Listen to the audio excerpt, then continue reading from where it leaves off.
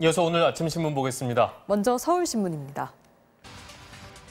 정부가 코로나19 확진 환자 치료를 위해서 지정한 시도별 감염병 전담병원 운영이 시작부터 삐걱대고 있다는 내용입니다. 감염병 전담병원 지정에만 급급한 나머지 정작 환자를 돌볼 의료 인력 확보에는 늑장대처하고 있다는 지적인데요. 신문에 따르면 경북의 전담병원인 안동, 포항, 김천의료원에는 감염내과 전문의가 없습니다.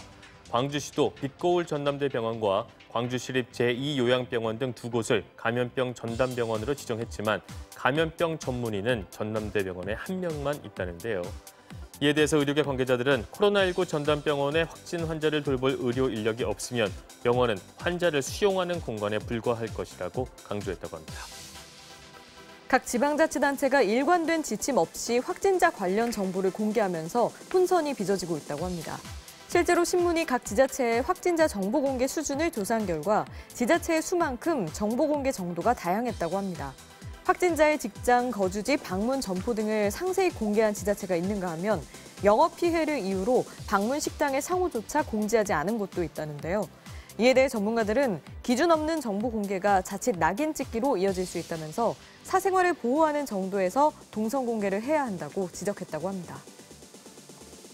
그런가 하면 개강이 두 주 미뤄진 대학가에서도 코로나19 대책을 두고 혼선이 일고 있다고 합니다.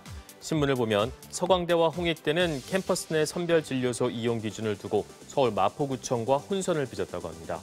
해당 학교 구성원이 아닌 마포구민도 캠퍼스 내 선별진료소를 이용할 수 있다는 말에 일부 학생이 캠퍼스 안에 감염 우려가 있는 외부인까지 이용할 수 있는 선별진료소를 설치하는 건 앞뒤가 맞지 않는다고 반발했기 때문이라는데요.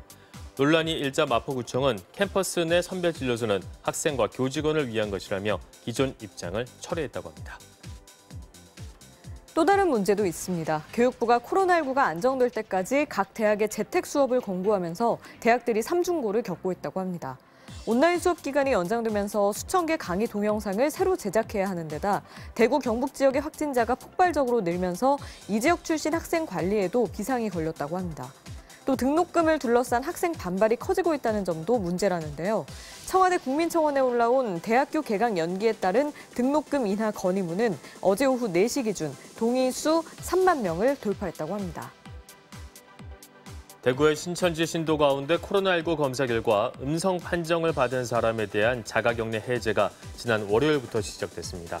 검사를 받은 뒤 결과를 기다리고 있는 1,855명과 검사 대기 중인 2,421명 중에서도 음성 판정이 나올 경우 6일까지 차례로 자가격리에서 해제된다는데요.